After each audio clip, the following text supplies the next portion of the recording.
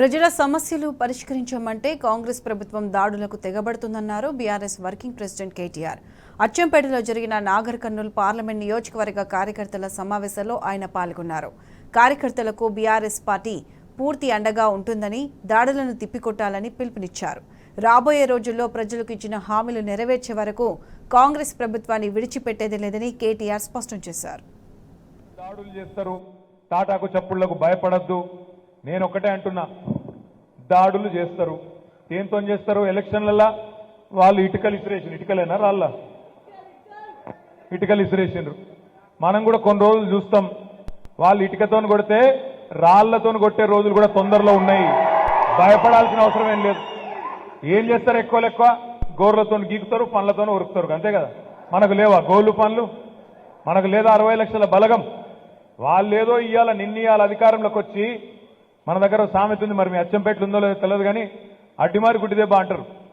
అడ్డిమారి గుడ్డిదెబ్బ అంటారు ఇక్కడ కూడా. అడ్డిమారి గుడ్డిదెబ్బ అన్నట్టు అనుకోకుండా అధికారంలోకి వచ్చింది తప్ప కొండారెడ్డిపల్లిలో కూడా నమ్మలేవాడు. రేవంత్ రెడ్డి ముఖ్యమంత్రి అవుతాడని ముందే చెప్పింటే కాంగ్రెస్ పార్టీకి 30 సీట్లు కూడా రాకపోతుండే. ఏదో అనుకోకుండా గాలివాటంగా తంతె గారెల బుట్టలో పడ్డట్టు వాళ్ళు కూడా ఊహించుకోలే, వాళ్ళు కూడా అనుకోలే, వాళ్ళు కూడా కలగనలే.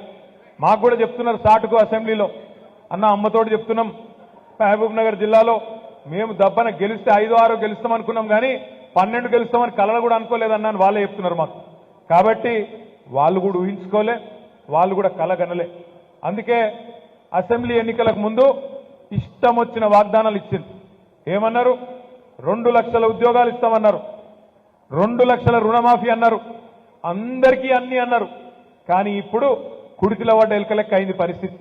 అధికారంలోకి వచ్చిండ్రు, ఏం చేయాలనో తెలుస్తలేదు. అప్పుడేమో అందరికీ అన్ని, ఇప్పుడేమో కొందరికే కొన్ని ఇస్తాం, కొన్ని మాత్రమే చేస్తాం, మిగతా 7 చేస్తాం. కేసీఆర్ గారు ఖజానా ఖాళీ చేసిపోయిండు అని తిరిగి మాటలు మాట్లాడుతున్నారు. అసలు ఆయన ముఖ్యమంత్రిలాగా మాట్లాడుతుండా రేవంత్ రెడ్డి? సెక్రటేరియట్కి వచ్చి లంకె బిందెలు ఉంటాయనుకొని వచ్చినా ఖాళీ కుండలు ఉన్నాయి, లంకె బిందెలు అన్ని పోయినాయి అంటున్నాడు. లంకె బిందెల కోసం ఎవరు తిరుగుతారన్నా? లంక బిందెల కోసం ఎవడు తిరుగుతాడు?